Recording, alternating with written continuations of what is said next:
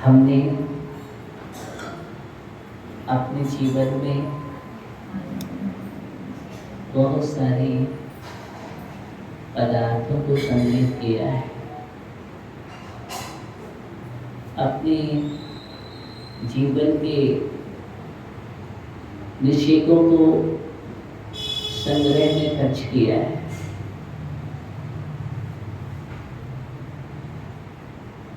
संग्रह कर करके अनेक प्रकार के हम बोझ से बोझिल हो गए हैं।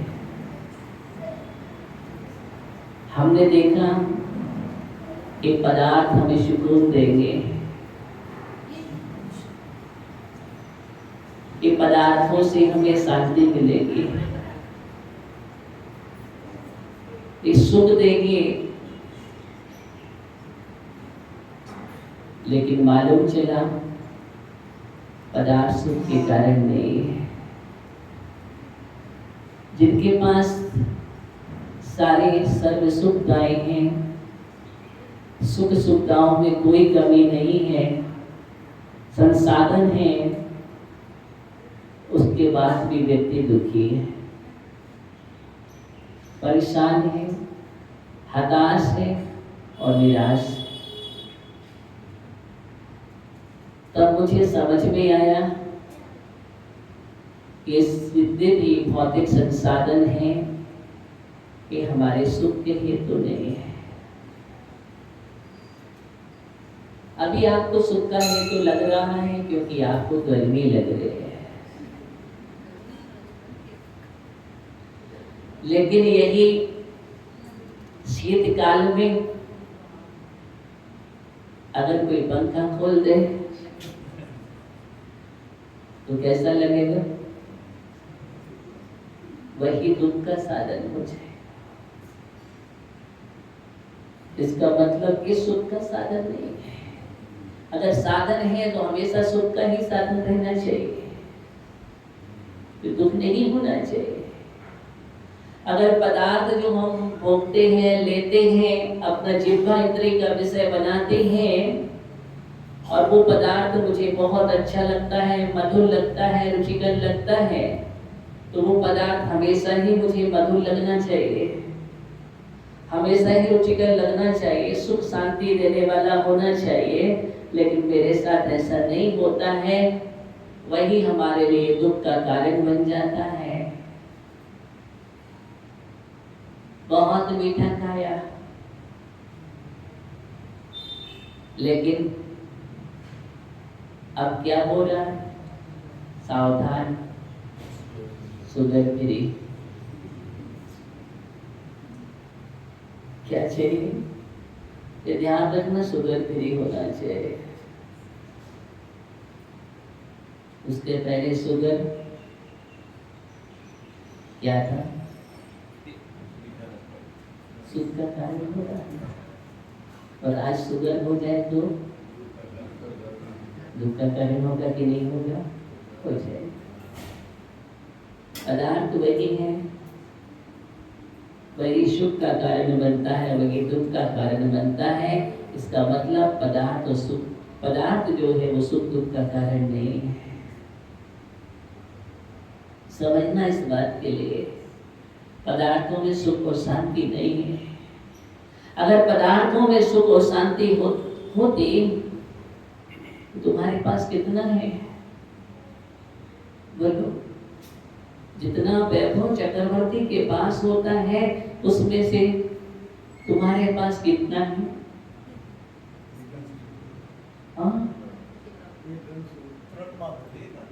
तुम्हारे लिए भोजन बनाने कितने लोग तैयार रहते हैं? तुम्हारे भोजन को कितने लोग बनाते हैं? और चक्रवर्ती के भोजन को बनाने वाले 360 रसोइया होते हैं। कितने होते हैं? 360 रसोइया होते हैं वहां चक्रवर्ती के भोजन को बनाने। और ऐसा भोजन बनाते हैं वो एक लड्डू तैयार करते हैं।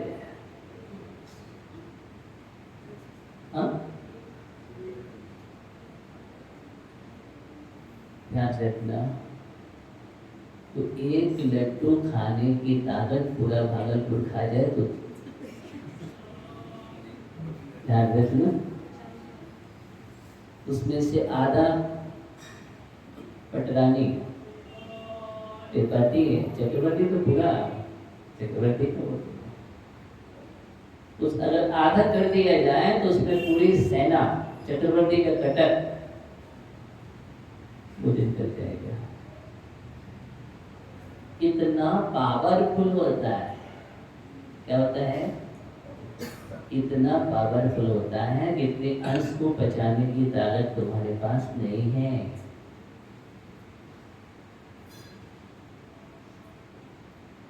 तीन सौ वैद्य खड़े रहते हैं, तुम्हारे पास कितने वैद्य?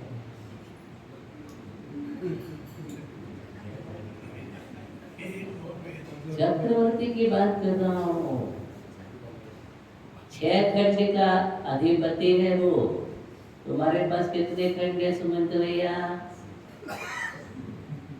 ज्ञानी कितने खंड है? राजेश बतलाएगा।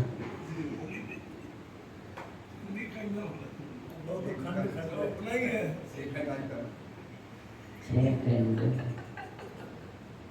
यहाँ तो खंड खंड।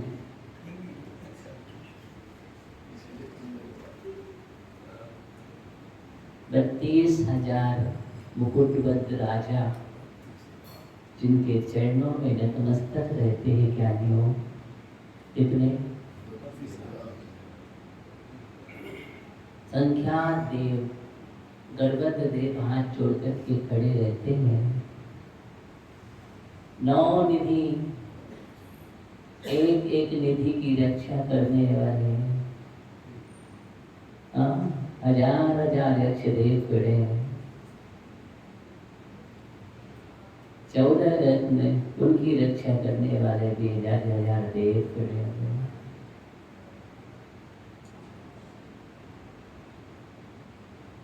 18 करोड़ घोड़े। कितने घोड़े हैं तुम्हारे पास प्रदर्शन जी? बाइक है? बोले हमारे पास तो बाइक है और बाइक है।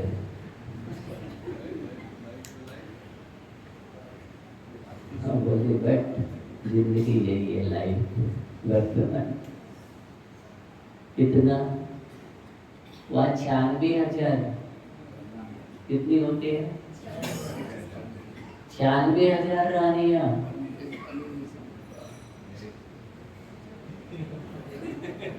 महाराज एक रानी नहीं समझ रही है।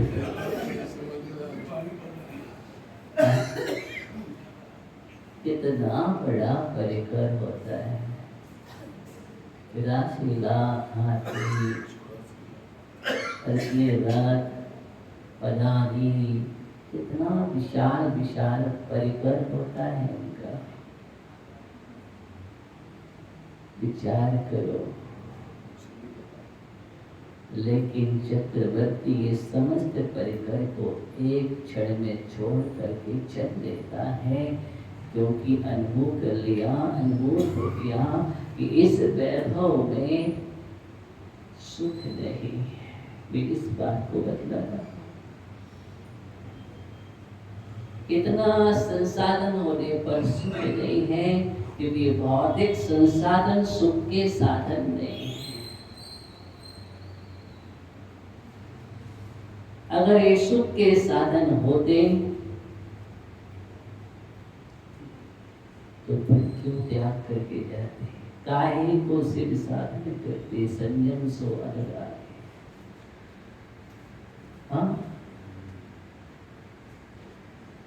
काहे के लिए सिर्फ साधन करते थे? इसका मतलब वहां पर जो आत्मा की अनुभूति, आत्मिक सुख, आत्मिक आह्लाद होना चाहिए, जो अव्यवहार है, विधान से रहित है, ऐसा सुख वहां पर नहीं होता है। ना तो चक्रवर्तियों के पास होता है, ना भोगी जीवों के पास होता है। आप भोगी का वर्णन सुन रहे, मन हो रहा है मैं वहां पहुंच जाऊं। ज्ञानी वहां भी नहीं है।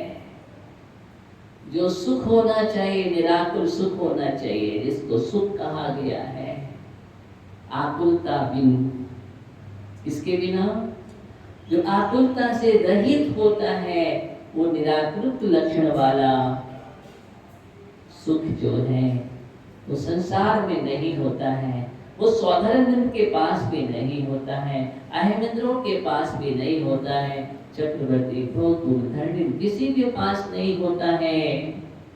अगर वो सुख चाहिए, एकमात्र परम योगी के पास होता है।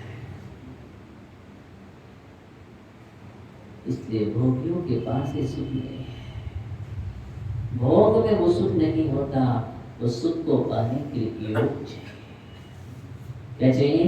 योग चाहिए। योगी बनकर के जो योग होता है, मुराज का सुखोपयोग में लीन, निर्विकल्प ध्यान में लीन, मुराज का एक क्षण का सुख, एक क्षण का सुख, और इनके जीवन काल का, चक्रवर्ती इंद्र आदि का, इंद्र का जीवन काल का पूरा सुख एक तराजू पर रखा जाए, और मुराज के सुख को, एक समय के सुख को एक तराजू पर रखा जाए।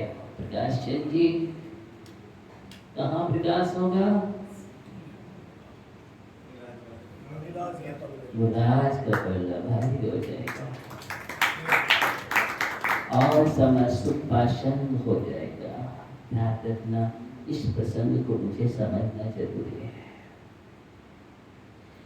इसका मतलब जितना भी इंद्रिय आधीन सुख है, जितना भी वैश्विक सुख है, वो सुख सुख नहीं है, सुखाभास है।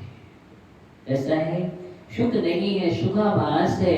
इसलिए आचार्य भगवान ने कहा कि वो सुख कहाँ है? वो तो दुख ही है। क्या है? वह दुख ही है।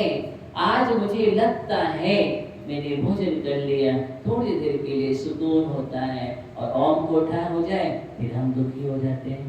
ओम को उठा मतलब पेट खाली हो जाए। क्या होता है? असाता बेचने की उद्योजना हो गई, फिर हम वही के वही हैं।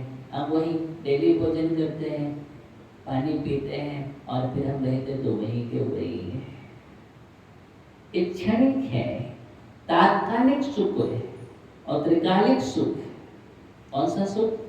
तात्कालिक सुख और त्रिकालिक सुख। हम जो सुख मान रहे हैं वो तात्कालिक है, और जो हमारा सुख है वो त्रैकालिक है। यानी कौन सा सुख चाहिए? कुछ ठीक है, कौन सा सुख चाहिए? हम तात्कालिक सुख तो हमने बहुत बार प्राप्त किया, उससे क्या मिलता है? तो सप्रभ बाधा सहितम, बाधा से सहित है, विपदा से सहित है। आज मेरे कर्म का उदय आ गया, पाप कर्म का उदय आ गया, तो हम वहीं के वहीं वापिस दुखी के दुखी रोते ही रह जाते हैं। लेकिन जो हमारा सुख है उत्तम गया, यानी जो हमारा सुख है वही उत्तम है।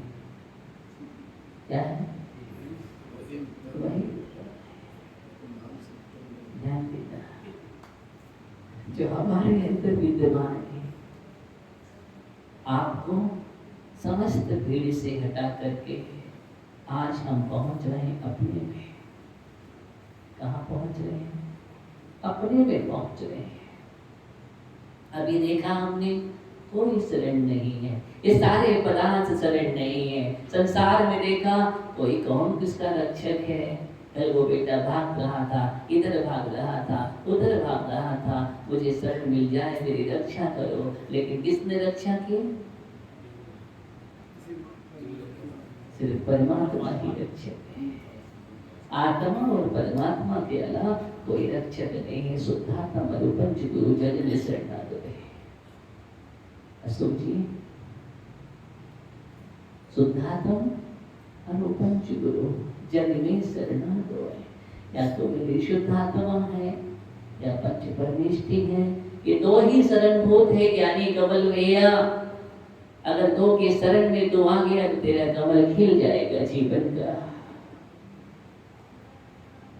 और इनसे दूर रहा तो कमल नहीं होगा।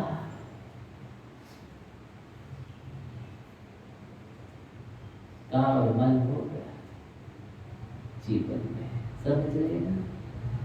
इसलिए जीवन के कमल को खिलाने के लिए आचार्य भगवान कह रहे हैं कि तुम किस तरह को प्राप्त करो। अप्पे शरणं प्रव्रजामि, अप्पा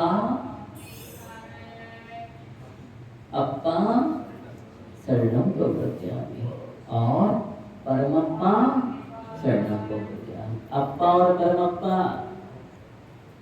बाकी कुछ नहीं है। छोटो भी दो ही ध्यान रखना है, दो का ध्यान रखना है, लेकिन जिस ध्यान में हम हैं उसमें नहीं जाना। मेरे जीवन में द्वंद्व है, मेरे जीवन में दुविधा है। ये द्वंद्व और दुविधा अगर कोई है तो इसका संयोग से, इससे संयोग से, इस संयोग ही द्वंद्व को पैदा करता है। करता है कि नहीं करता है? बोलो, द्वंद्व कहाँ से आता है वाक्चन जी? द्वंद्व जब भी आता है, जहां पर दो हुए वहां पर द्वंद्व है। एक में कभी द्वंद्व होता है, एक द्वंद्व है। मेरे आत्मा निर्द्वंद है, आत्मा में संयोग किया, संश्लेष हुआ, संबंध जोड़ा, द्वंद्व प्रारंभ हुआ। द्वंद्व पैदा, दुविधा पैदा। इसलिए दो का मिलन द्वंद्व हो जाता है। हमारे साथ द्वंद्व क्यों है? क्योंकि दो का मिलन है, कर्म का और आपका। दोनों का संबंध जब तक रहेगा तब तक द्वंद्व रहेगा, और हमने तो और द्वंद्व पैदा करने के लिए हम तैयारी कर रहे हैं। निर्द्वंद होने के लिए आगे नहीं बढ़ रहे हैं, हम तैयारी पर तैयारी कर रहे हैं। देखो द्वंद्व कहाँ कहाँ कैसे कैसे द्वंद्व बढ़ता चला जाता है जीवन में। जब आप अकेले थे तब कोई द्वंद्व नहीं होता, कितना बढ़िया जीवन चल रहा था, एकदम शांति में। आज एकत्र अनुप्रेक्षा का चिंतन करना है। इसका करना है, एकत्र अनुप्रेक्षा का चिंतन करना है, पढ़ना नहीं है ज्ञानी। आप अकेला उतरे मरे अकेला हो। आगे बोलो ना।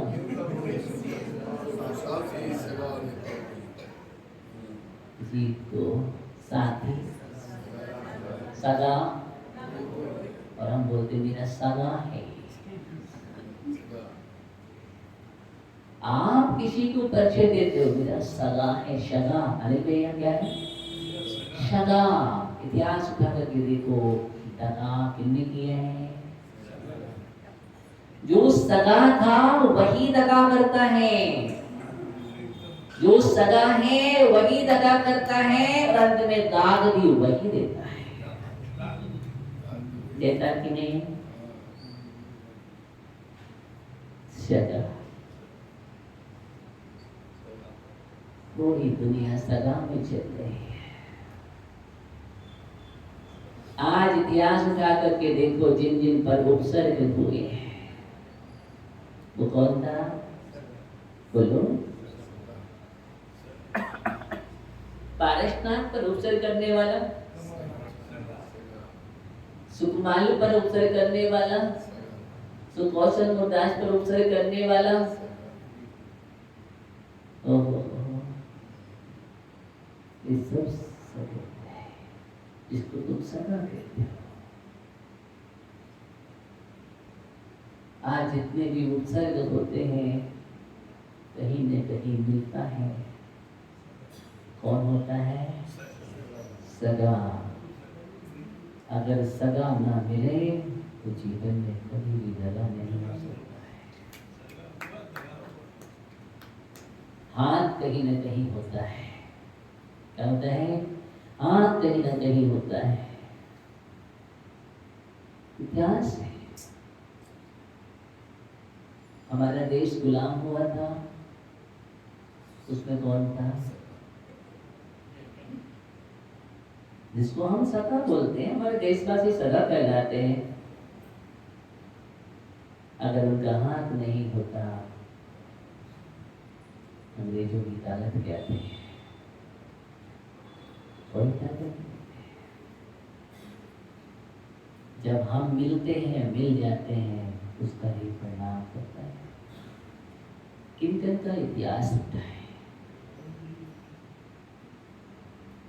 रानी लक्ष्मीबाई, इतिहास देखो उठा करके, सदा जो था वो दगा कर गया, सदा जो था वो दगा कर गया, अंग्रेजों से मिल गया, तब कहीं जाकर के झांसी की रानी। अगर वो सदा उस समय साथ दे देता तो अंग्रेज उसी समय भाग जाते। खूब लड़ी मर्दानी, तो झांसी वाली रानी।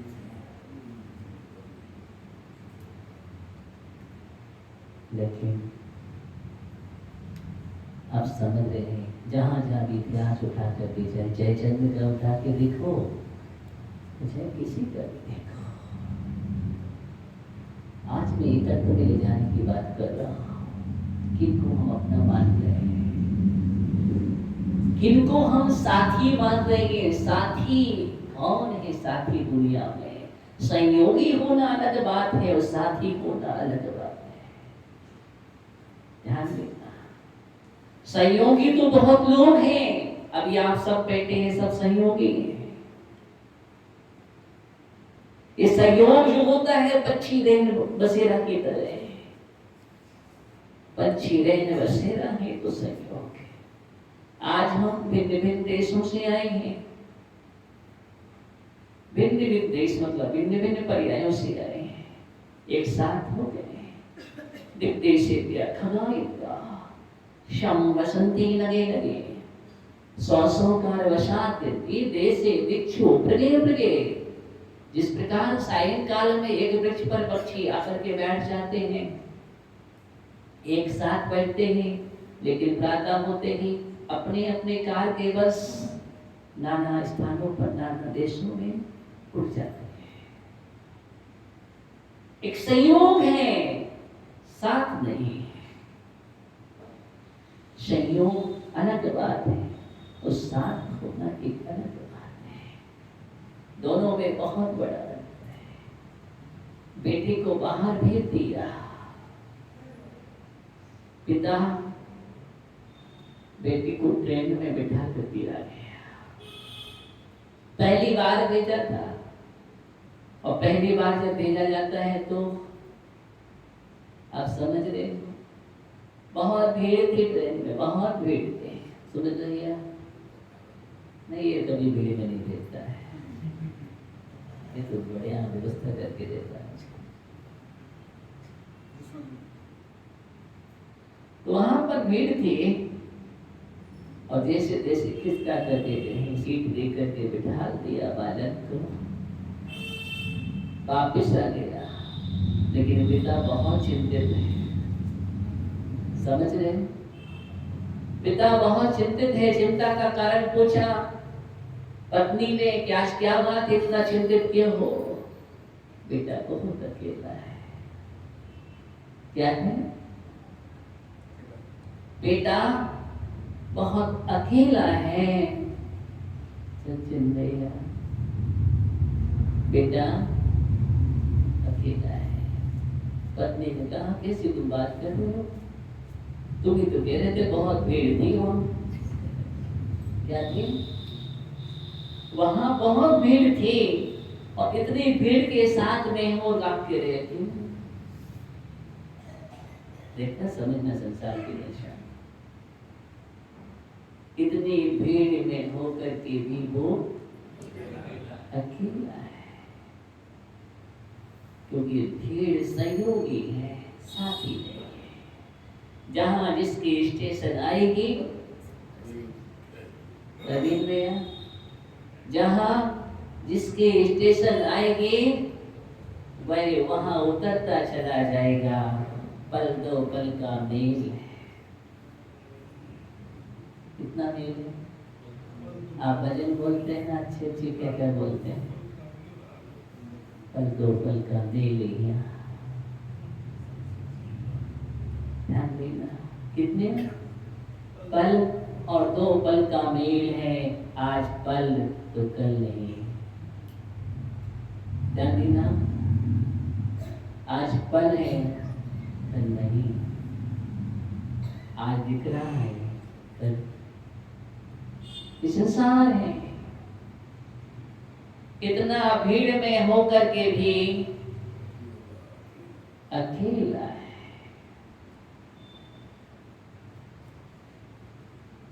साथी नहीं है। साथी वो होता है साथ साथ चलता है। साथी वह होता है जो साथ साथ साथ निभाता है, साथ रहता है। तुम जरूर कहते हो गाने या भजन कुछ भी बोल दो, जीवन भर साथ निभाऊंगा। हाँ, कितने जन्मों तक?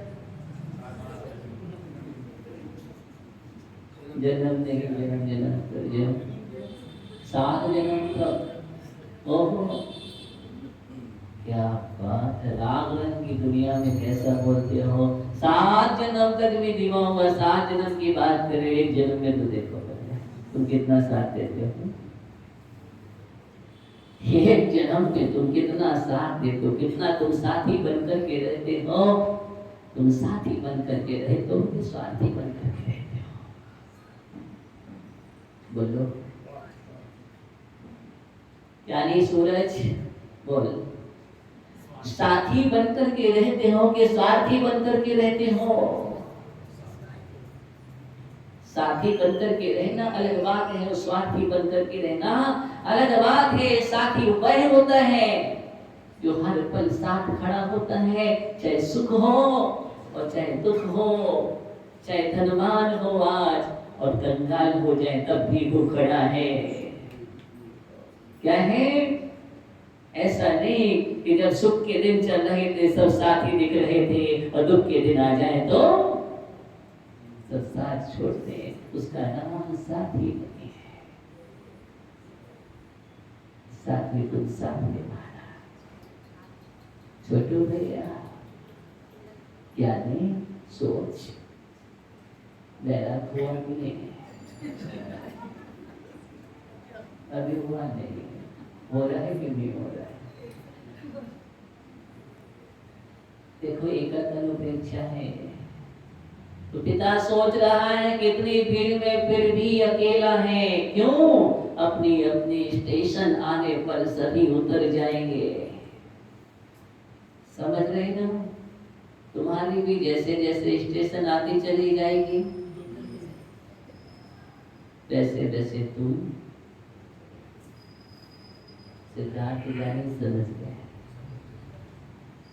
उतरते ही चले जाएंगे। वैसे वैसे तुम्हारे जीवन की अवस्था भी तो यही है। तुम्हारी आयु पूर्ण तुम चले, दूसरे के आयु पूर्ण तुम चले। ये संसार चला चले का मेला है। आज मेले में हम मिले, थोड़ी सी वार्तालाप हुई, परिचय हुआ, एड्रेस हुआ, उसके बाद क्या हुआ? उसके बाद सब अपने अपने स्थान पर।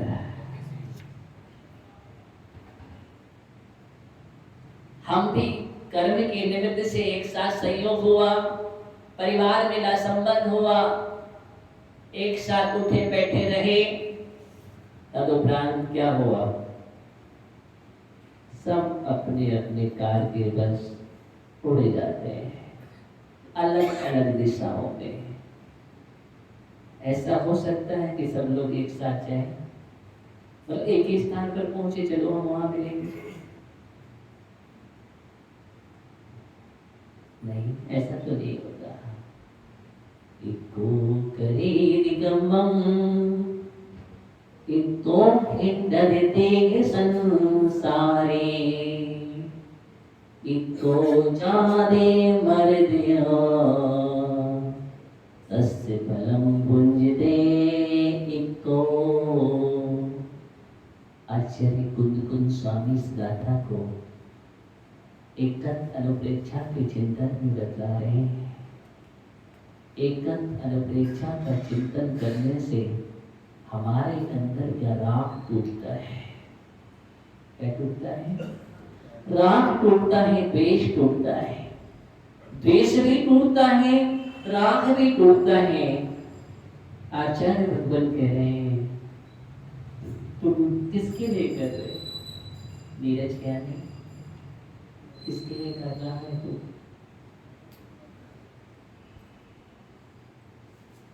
इस संसार में अकेला आता है,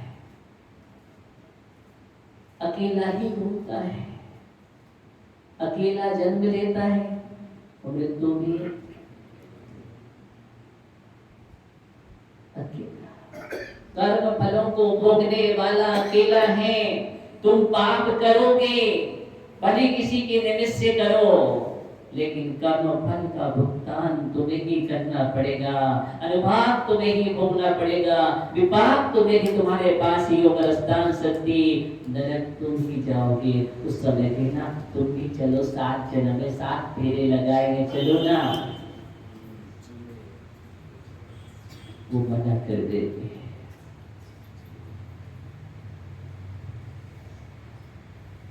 बोले 7वें तक साथ नहीं देंगे, 6वें तक दोगे। क्यों? स्त्री कहाँ तक? 6वें नरक तक और मनुष्य 7वें तक। इसलिए 7वें फेरे में आगे। कहाँ? आगे कर दिया, क्योंकि हम इसके आगे ध्यान देगा क्या होता है। इनको करेंगे कौन? यह जीव अकेला कर्म करता है, अकेला ही भुगतान करता है। तो जब अकेला करता है तो एकत्व का अनुभव करो अपने जीवन में। एकत्व का अनुभव जिस दिन तुम करने लग जाओगे, उस दिन तुम्हारे जीवन में इस संसार की राग दशाएं मिट जाएगी। एकत्व का अनुभव करना, एकत्व का अनुभव वितरागता के साथ करना। अनुप्रेक्षा का मतलब ये है। कई बार हम एकत्व का अनुभव तो करते हैं, लेकिन वो एकत्व नहीं। एक राग की दशा में भी एकत्व होता है, एक द्वेष की दशा में होता है और तीसरा वितराग दशा में होता है। 3 प्रकार का एकत्व होता है। जब हमें किसी से राग होता है ना, अब वो हमसे दूर हो जाए, उस समय अकेले होते हैं, अकेले बैठ के अनुभव करते हैं, लेकिन वो किसका है? राग का। किसका है? अकेले बैठे हैं, लेकिन याद किसकी है?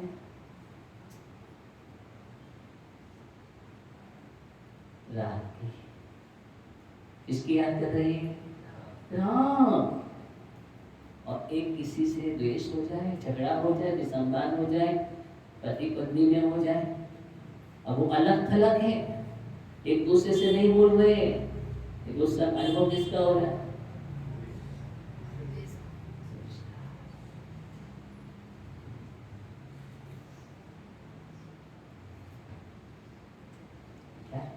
दो हुआ तो दुध तो होगा, दो हुआ खुद तो होगा। संसार है, इसलिए आचार्य कहते हैं परिचय मत करो, अति परिचार अवज्ञा। इसलिए परिचय मत बढ़ाओ, मेल मिलाप मत बढ़ाओ, अच्छा नहीं होता। क्योंकि पहले परिचय होता है, फिर परिणय होता है, फिर परिणाम होता है। क्या होता है? पहले परिचय, परिचय पत्र।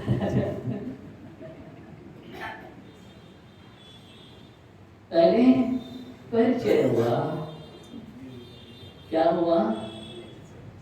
मैं और तू था, मैं और तू, दो ही परिचय हुआ था।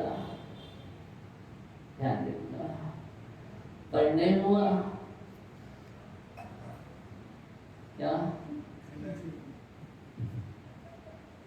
मैं तुम, तू मैं, पढ़ना है मैं तू, तू मैं, और पढ़ना निकला मैं तू तू।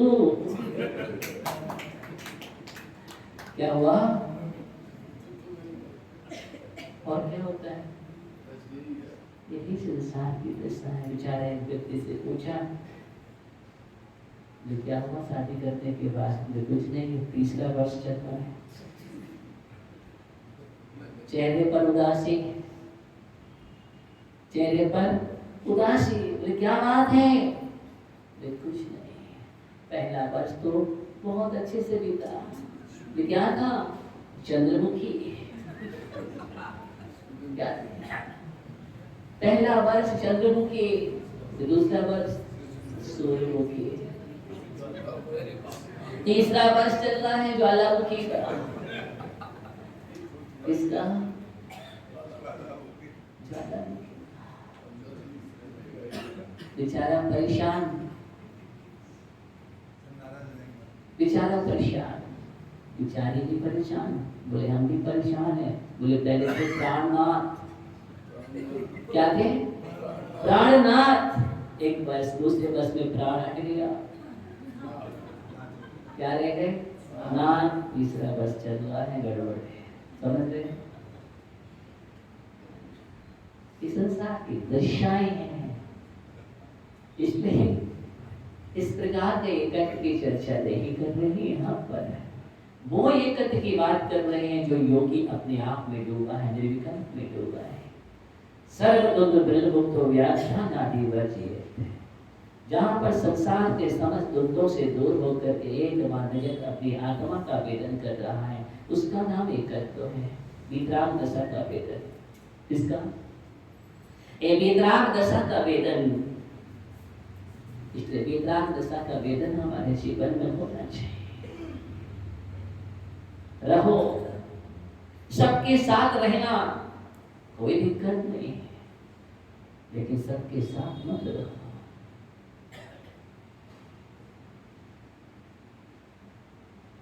मिलना जुलना बुरी बात नहीं है, लेकिन घुलना मिलना बुरी बात है।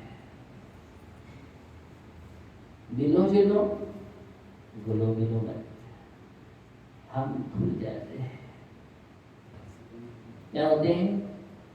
कर्तव्य का निर्वाह करना ठीक है, तुम कर्तव्य का निर्वाह कर रहे हो, लेकिन चिंतन एकत्व का करो। इसका करो, चिंतन एकत्व का करो। कर्तव्य करो, कर्तव्य बुद्धि मत लाओ। दोनों में अंतर है। कर्तव्य बुद्धि मत लाइए, भोक्तृत्व बुद्धि मत लाइए, स्वामित्व बुद्धि मत लाइए। जहां पर कर्तव्य, भोक्तृत्व, स्वामित्व बुद्धि आ जाती है, वहां पर हमारे जीवन में समस्याएं आ जाती है।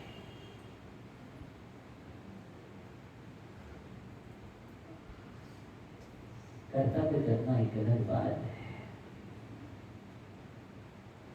लेकिन चिंता क्या करना है? चक्रवर्ती भी 6 घंटे का संचालन कर रहा था, लेकिन फिर भी एकाकी था। जलते दिन कमल है।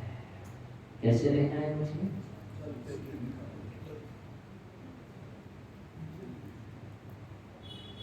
जलते दिन कमल। जय कुमार जी, रहो ऐसे रहो, लेकिन पानी में जैसे कमल।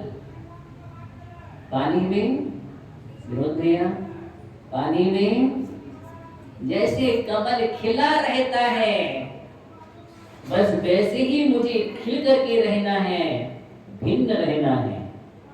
कैसे रहना है? भिन्न रहना है। सम्यक दृष्टि की पहचान है, एकत्व उपेक्षा है, एकत्व का वेदन। जन्मे मरे अकेला चेतन सुख दुख का, मैं एकाकी एकत्व लिए ही सवार थे। तन तन को साथी समझा था। आगे बोलो, तन तन को साथी समझा था। इसको बार बार पढ़ो। किसको साथी समझा था? तन धन को साथी समझा था। जोर से बोलो ना एक साथ।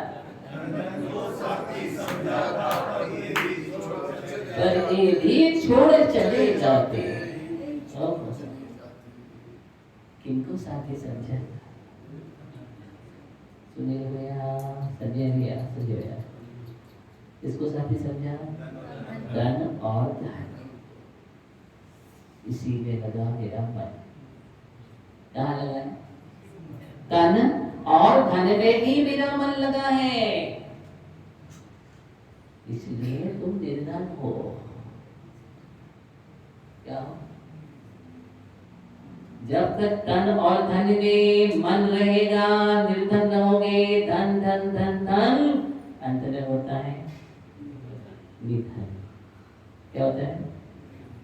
लगा लिया जीवन, किसमें चला गया? हाँ, निधन। तन धन को साथी समझा था, पर भी छोड़ चले जाते। अजय भैया, इसका चिंतन करना आज ज्ञानी, इसका चिंतन करना। पांड्या जी, क्या नाम है?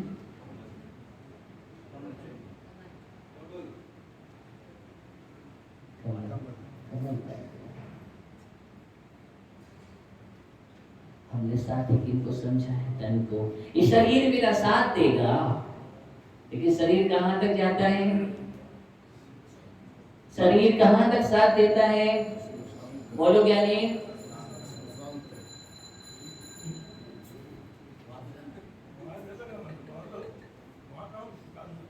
तुम्हारा साथ पहले ही छोड़ देता है, ठीक है, चिता तक चला जाता है। कमला चलत न पेड़ जाए, मरघट तक परिवार। कमला कहाँ तक जाती है? ओहो, कितने ज्ञानी लोग हैं, इनको प्रवचन देना।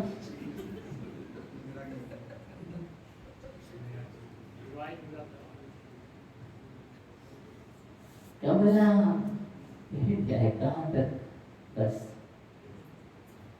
वहां तक नहीं जा सकती हूँ, वहीं रोक दिया जाएगा उसको, चौखट के बाहर। वो परिवार मरघट तक, इतना ही साथ है। और वो तुम्हारा बेटा तुम्हें घूम के चला आता है। क्या करता है? हाँ बेटा, वो करके चला आता है।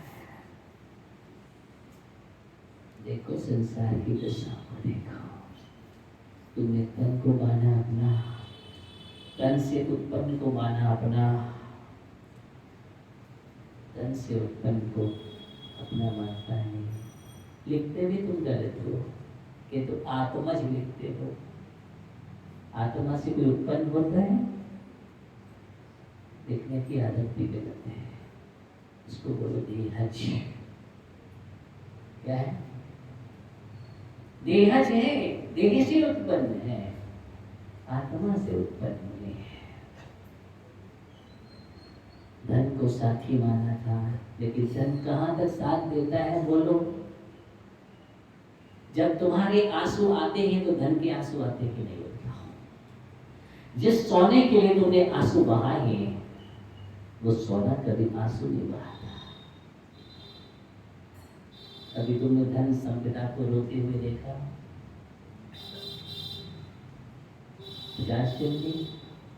कैसे मुस्कुरा है?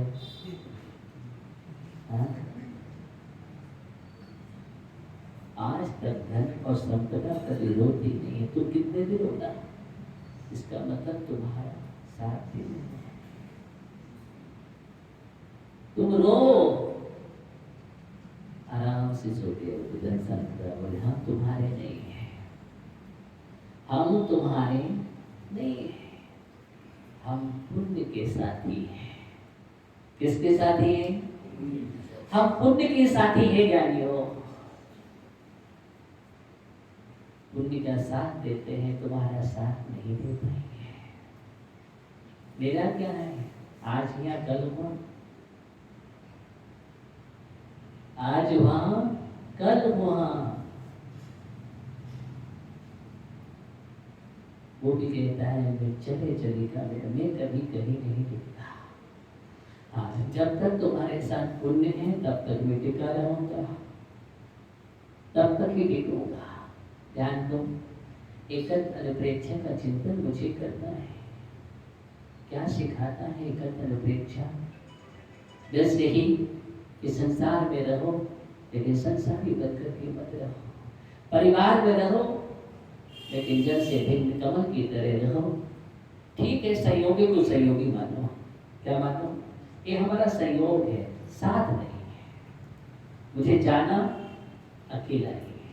मैं जो भी कर्म बंद करूंगा उसका फल मुझे ही भोगना है, और अकेला भोगना है। उस समय ना तो कोई पत्नी साथ देगी, ना बेटा साथ देगा, ना परिवार साथ देने आएंगे, ना कोई मित्र मंडली आएगी। आंसू तो हम बगाएंगे। ऐसा तो ही नहीं कोई मेरे आंसू को रोकने में साधनभूत बन जाए। नहीं,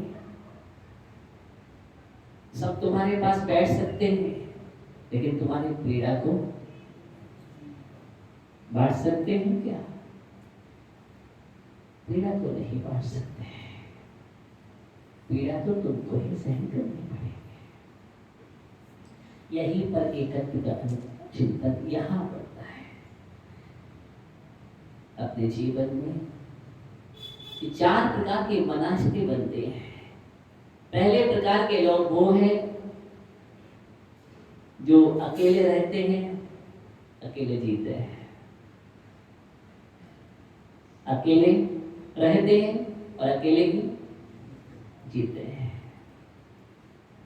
दूसरे प्रकार के भी लोग होते हैं जो अकेले रहते हैं और भीड़ में जीते हैं।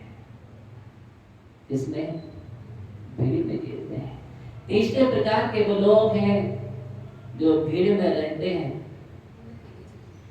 और अकेले जीते हैं। चौथे प्रकार के वो लोग हैं जो भीड़ में रहते हैं, भीड़ में ही जीते हैं। कहाँ रहना है? तो 4 ऑप्शन दे, टिक मारो। हाँ, 4 विकल्प तुम्हारे सामने हैं। यानी किसी को नरेश भैया बैठे, हाँ, 4 विकल्प। क्वेश्चन 4 विकल्प। मुझे कहाँ रहना है? श्रेष्ठ है अकेले रहना, अकेले इसको एकत्र का वेदन करो। और ध्यान रखना, वो और श्रेष्ठ हैं जो रहते तो भीड़ में हैं लेकिन वेदन तो जीते और किसी का, कोई किसी का नहीं है, कोई किसी का नहीं है। ये सब सहयोगी साथी नहीं है, सहयोगी है साथी नहीं है। कौन कितना साथ दे पाएगा?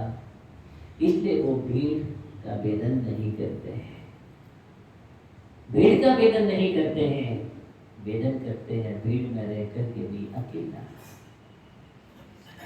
पर ध्यान रखना, चक्रवर्ती का जीवन यही था, जिसको कहते हैं ना घर में वैरागी।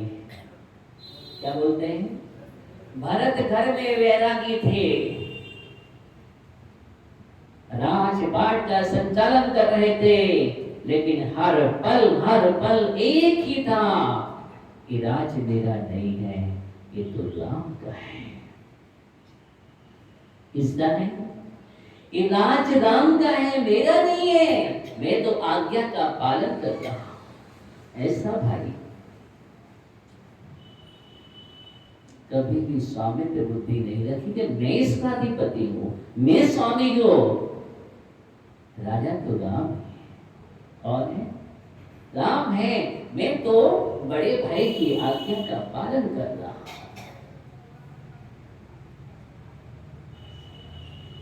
इसका नाम है घर में वैरागी। घर में वैरागी, हर पल एक ही चिंतन, राज्य पाठ में रह रहे हैं, वैभव में सब में है, लेकिन वैभव भी वैभव में रहकर के भी वैभव नहीं है। वैभव में रहकर के वैभव नहीं है, बेभाव की भावना में लीन है। इसमें है बेभाव की भावना निरंतर लगी हुई है। ओहो, जैसे ही राम का प्रवेश अयोध्या में होगा, मैं उसी दिन जाकर के निरंतर दीक्षा लेता हूँ। उसी दिन जाकर के निरंतर दीक्षा लेता हूँ। मेरा संकल्प है, ये है घर में वैरागी, यही बना रखो। ग्रस्त में रह करके भी रचता और बचता नहीं, हर समय बच करके रहता है। क्या करता है? हर समय बच करके रहता है। समय हो गया, अकेले रहो, अकेले जियो, अकेले रहो,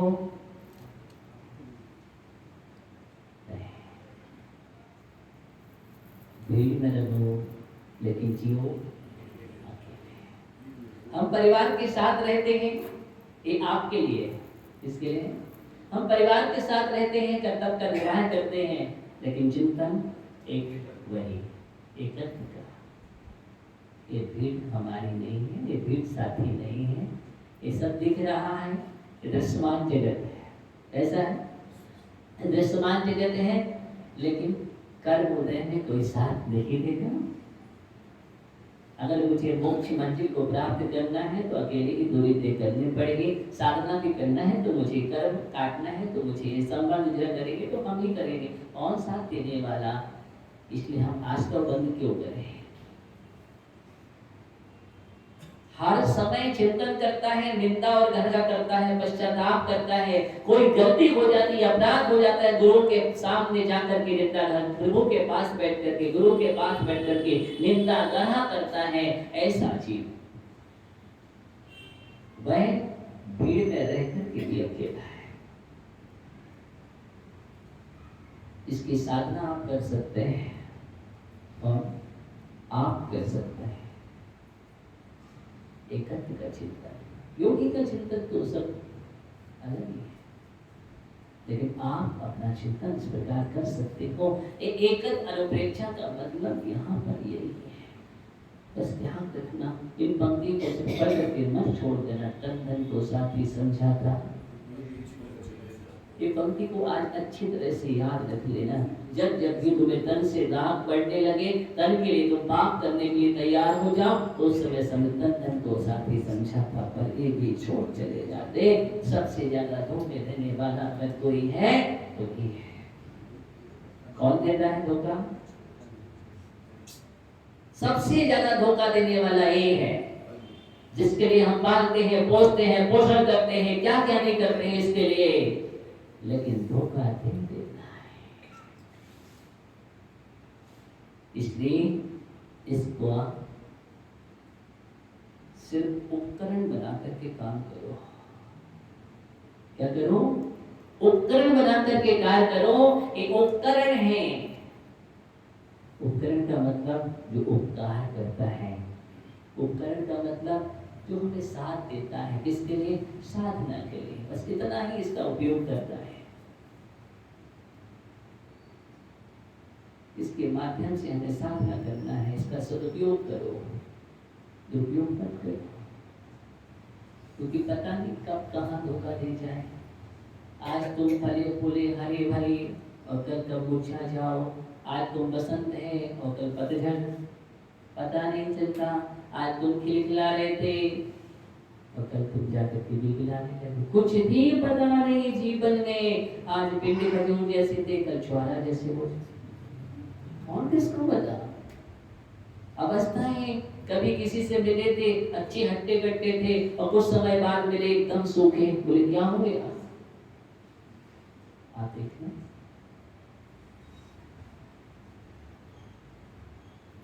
कहाँ सूखापन छा जाए कुछ भी पता नहीं है। ये संसार है, संसार को समझो, एकत्र अनुपेक्षा है।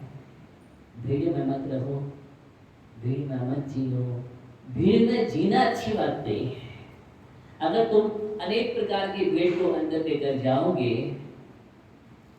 तो ध्यान रखना, दुखी दुख रहेंगे, सुख मिलने वाला नहीं है। क्योंकि भीड़ रहेगी, धुंध रहेगी, दुखदायी रहेगी, आकुलताएं रहेगी, निराकुल नहीं हो पाओगी। शांति और सुकून का जीवन जीना है, एकत्व का चिंतन करो। किसका करो? मानो ठीक है ये हमारा साथ दे रहे हैं, लेकिन फिर भी ध्यान रखना, अंदर से स्वीकार मत करना भिन्न है। सब क्या है? भिन्न है।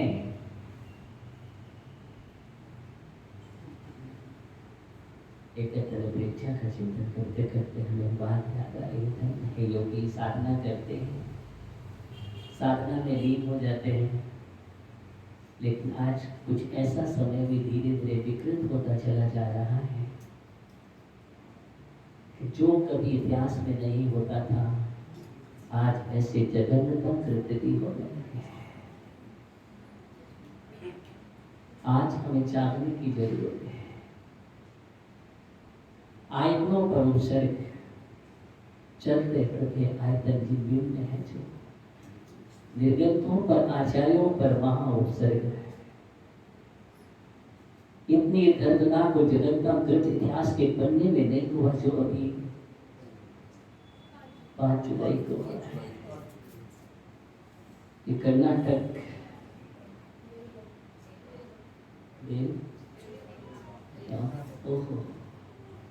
उस प्रांत में आचार्य काम कुमार नंदी अच्छे बहुत समय से दीक्षित तो साधक रहे।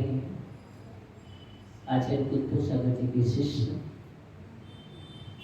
वहां पर लगभग 15 साल से वहां पर साधना रहते हैं।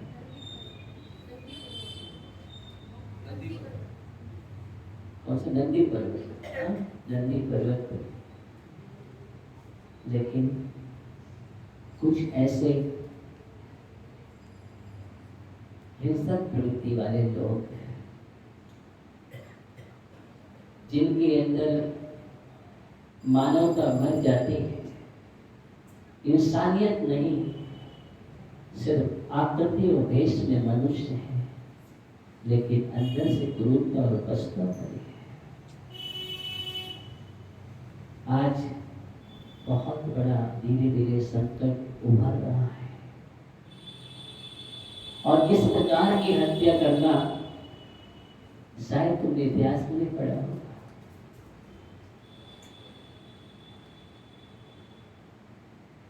आज हमारे देश में जो अध्यात्म की संस्कृति लहराने वाले दिगंबर योगी निरंतर राज हैं, जिनके कारण ये वसुंधरा, ये व्यवस्था आज संतुलित है, जितनी मात्रा में उनकी साधना के द्वारा। अगर निर्गत साधु इस धरती पर ना रही, ध्यान रखना प्रगति का संतुलन कब बिगड़ जाए कुछ पता नहीं। अगर प्रगति का जितना संतुलन है, क्योंकि निर्गत साधु प्रगति में रहते हैं, साधना करते हैं, उनके कारण ही आज पता नहीं चलेगा। जब हम शास्त्रों में पढ़ते हैं कि पंचम काल के अंत निर्गत साधु रहेंगे, चतुर्विश संघ रहेगा, और जिस दिन वो कल की राजा टैक्स मांगने लगता है मुदास से, उसी समय पंचम काल का अंत आ जाता है और प्रातः काल में मुदास समाधि ले लेते हैं। मध्याह्न में राजा की मृत्यु और सायं काल में अग्नि का लोप हो जाता है। उसके बाद कुछ नहीं होता है। अग्नि की साक्षी आज निर्गत साधु की साक्षी ही सच्चे भाव की जो चर्चा करते हैं ना, आज अग्नि तुम्हारे पास है ना, देख रहे हो ना। जब तक तुम सिकी सिकाई रोटी खा रहे हो, तब तक बिल्कुल समझ लेना निर्गत चर्या चल रही है। दिगंबर वितराग शासन जिन धर्म चल रहा है, वर्तमान शासन वर्तमान रहेगा।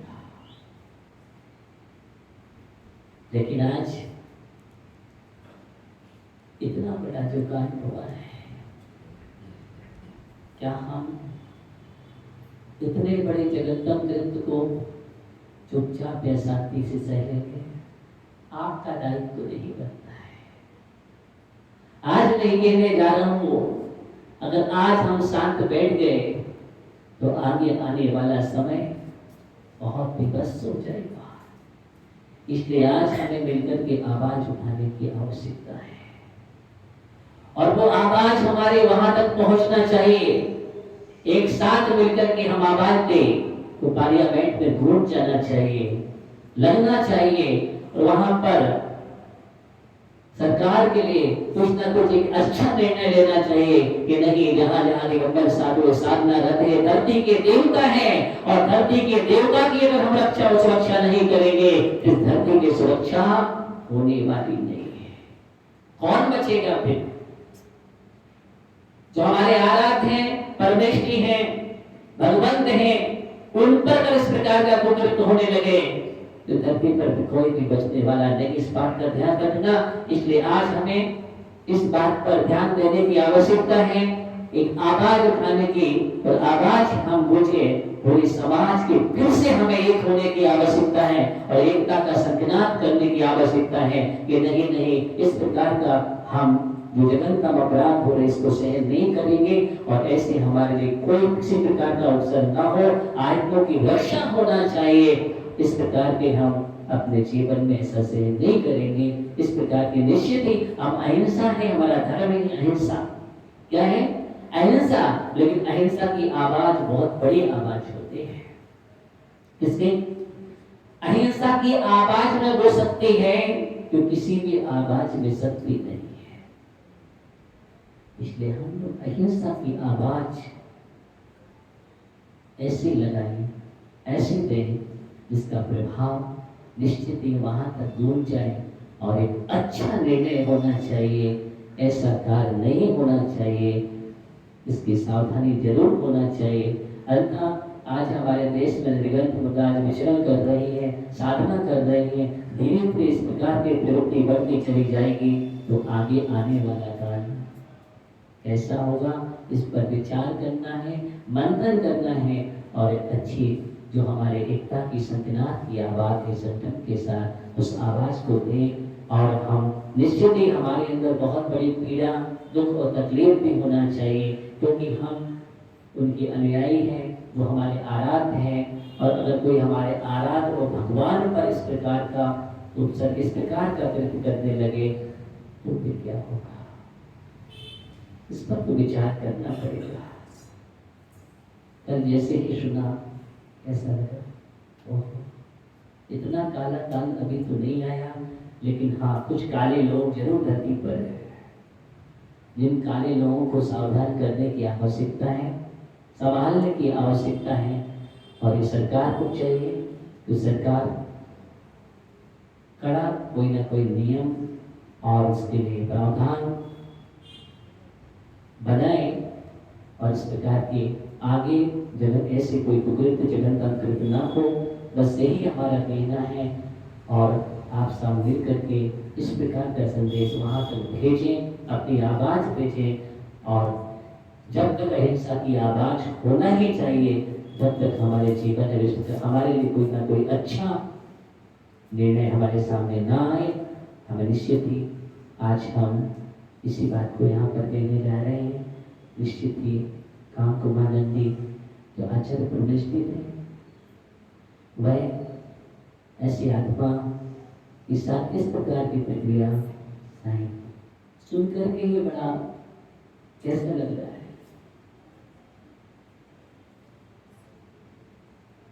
हम सभी भावना भाते हैं, एक साथ मौन धारण करते हैं और भावना भाते हैं।